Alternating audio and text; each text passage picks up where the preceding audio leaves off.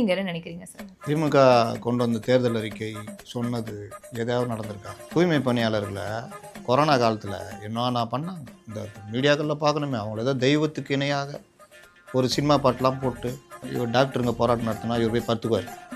அவன் உண்ணாவிரதாங்கிறான், 4 நாளாக உட்கார முடியாது, அதனால் படுத்து கிடப்பான். இவரும் போய் படுத்துக்குவார். என்ன பிரச்சனை? நான் ஏன் கவலைப்படுறீங்க?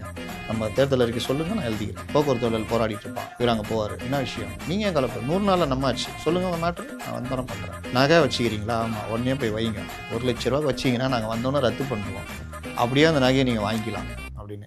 இதை நம்பி கொண்டு போய் நகையை வச்சு செலவு பண்ணவங்களாம் என்ன ஆனா இந்த மாதிரி அன்னைக்கு அந்த குரூப் புதுசாக வந்துக்குது போல். இவங்க 5-6 வச்சுக்கிறாங்களே ஸ்ட்ராட்டஜி டீம். இந்த பேர் கண்டுபிடிக்கலாம் அவன் தான். இப்போ அடுத்து என்ன பண்ண போகிறான்? பாசமலர்கள். அண்ணன் ஒரு வீட்டில் அண்ணன் தம்பி பாசமாகறாங்கன்னு 2 வீடியோ எடுத்து கொடுத்தா மாதம் 1000 ரூபா அவங்க அனுப்பிச்சிடுவாங்க. அண்ணனே இல்லைன்னா நாங்கள் பொறுப்பு இல்லை, அது ஓன் தப்பு. அப்புறம் துடிக்கும் கரங்கள் அப்படின்னா ஸ்போர்ட்ஸில் நல்லா ஸ்பீடாகிறவங்களுக்கு துடிக்கும் கரங்கள் திட்டத்தின் மூலம் மாதம் 1000 ரூபா. இந்த மாதிரி இன்னும் நான் சினிமா பேர் இருந்தால் சொல்லுங்கள், சேர்த்து வச்சுருவோம். பில்லா அப்படின்னு திட்டம்னா நல்லா வீட்டு பூட்டை உடைக்கிறோன்னா பில்லா அப்படின்ற திட்டத்தின் கீழே ஏதாவது உதவி பண்ணுவோம். நீ இன்னும் பூட்டெல்லாம் உடைக்காத ராசா, வேறு பண்ணுறேன்னு.